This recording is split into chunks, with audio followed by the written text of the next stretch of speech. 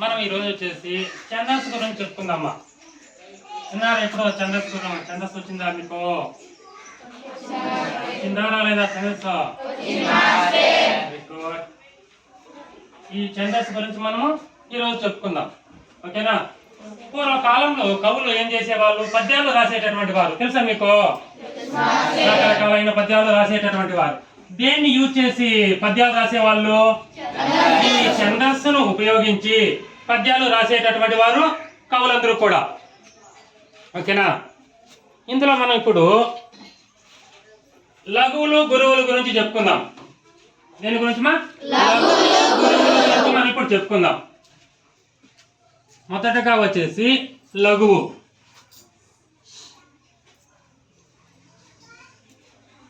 లఘువు అలాగే గురువు,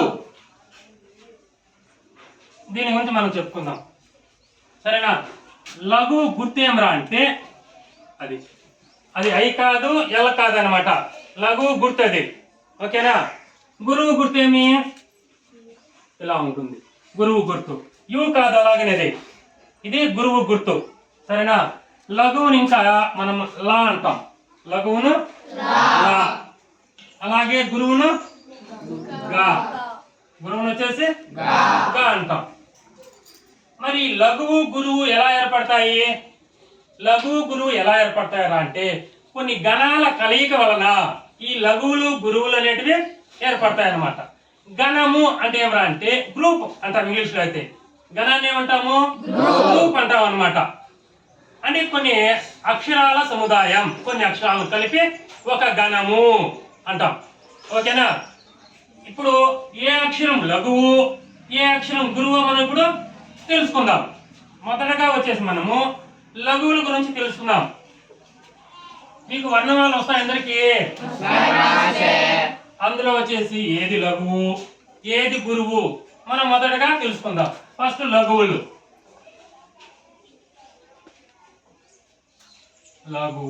లఘువులు మనం గుర్తు ఏమనుకున్నాము?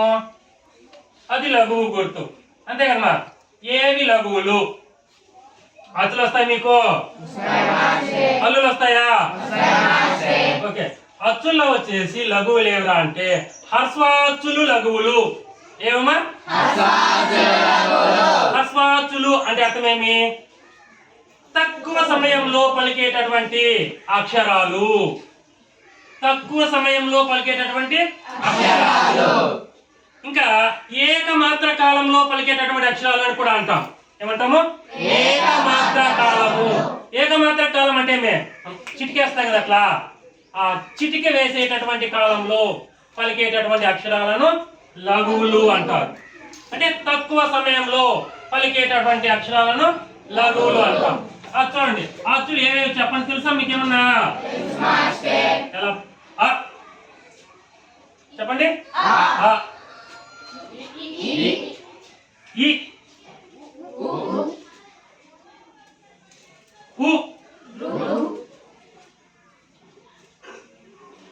రు, ఒకప్పుడు మేము చదివేటప్పుడు మాకు లూలు ఉన్నాయన్నమాట. లు ఎలా రాస్తాం మీరు? ఇప్పుడైతే ఇది మీరు రాసే లు, అవునా? మాకు చిన్నప్పుడు ఇలాంటి లూలు ఉండేటివి. మనకు తెలుగు భాషకు ఎన్ని అక్షరాలు అని చెప్పుకుంటాం మనము? 56 అక్షరాలు అని చెప్పుకుంటాం. ఇవన్నీ కలుపుకుంటేనే 56 అక్షరాలు వస్తాయి. అన్నీ కలుపుకుంటేనే 56 అక్షరాలు వస్తాయి. లు, ఇంకా ఏ, ఓ, ఇవి వచ్చేసి లఘువులు. వీటిని ఏమంటాము? హ్రస్వాచ్చులు. ఏమంటాం వీటిని మనము? హ్రస్వాచ్చులు అంటే ఏం చెప్పుకున్నాం మనము? ఏకమాత్ర కాలంలో పలికేటటువంటి అక్షరాలు. అంటే చిటిక కాలంలో పలికేటటువంటి అక్షరాలు హ్రస్వాచ్చులు. ఇవి ఏంటివి? హ్రస్వాచ్చులు అంటాం వీటిని, హ్రస్వాచ్చులు. నెక్స్ట్ హ్రస్వ హల్లులు.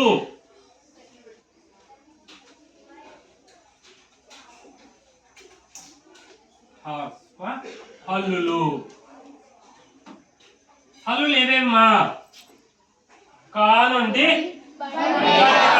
ఉన్నటువంటి వాటిని హల్లులు అంటాం. ఓకేనా? హ్రస్వ హల్లులు ఏవేవిరా అంటే మీకు దీర్ఘాలు వస్తాయా? చెప్పండి. హ్రస్వ క, కి, కు, క్రు, కే, కో.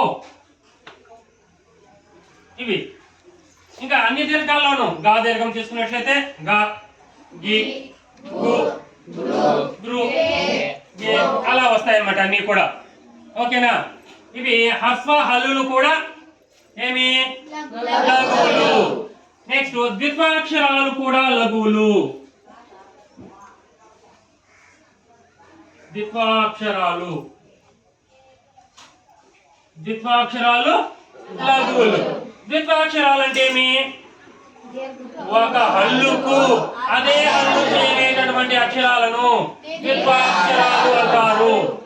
ఒక హల్లుకు అదే హల్లు చేరేటటువంటి అక్షరాలను ద్విత్వాక్షరాలు అంటాం. ఉదాహరణకి ఏమి?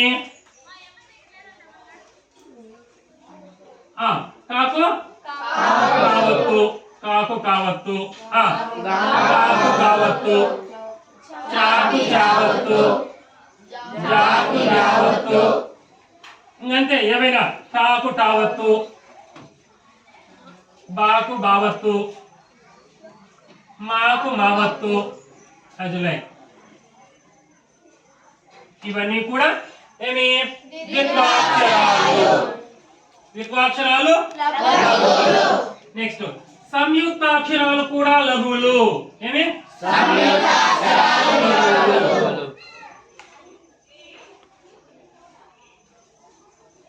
సంయుక్తాక్షరాలు లఘువులు. సంయుక్తాక్షరాలు అంటే ఏమి? హల్లుకు చేరేటటువంటి అక్షరాలను సంయుక్తాక్షరాలు అంటారు. ఒక హల్లుకు చేరేటటువంటి అక్షరాలను సంయుక్తాక్షరాలు. ఇప్పుడు మనం ఇక్కడ కా రాస్తాం. కాకు యావత్తు ఏదైనా ఇచ్చు మనం. కాకు యావత్తు. ఓకేనా? మాకు రావత్తు, టాకు లావత్తు, యాకు వావత్తు. ఇలా ఏవైనా కూడా రాయచ్చు అన్నమాట. ఈ 4 లఘువులు. ఏవేవి లఘువులు? 4 లఘువులు. ఏదే? హ్రస్వాక్షరాలు, హల్లులు, ద్విత్వాక్షరాలు, సంయుక్తాక్షరాలు. ఓకేనా? ఈ 4 కూడా లఘువులే. ఓకేనా? దీనికి మరికొన్ని ఉదాహరణ మనం ఇప్పుడు చెప్పుకుందాం. ఉదాహరణకు అమ్మ. అమ్మ అనే పదం తీసుకోండి. ఇందులో మనకి ఏముంది? ఇక్కడ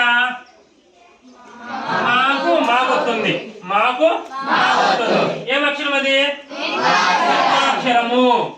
ద్విత్వాక్షరం ఇది. ఏమిది?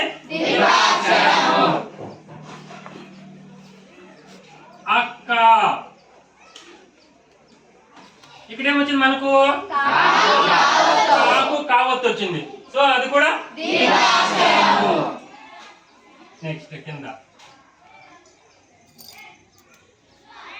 రక్తము. అక్కడ ఏమొచ్చింది? కాకు తావత్తు వచ్చింది. కాకు వచ్చింది. సో అదేమిటి?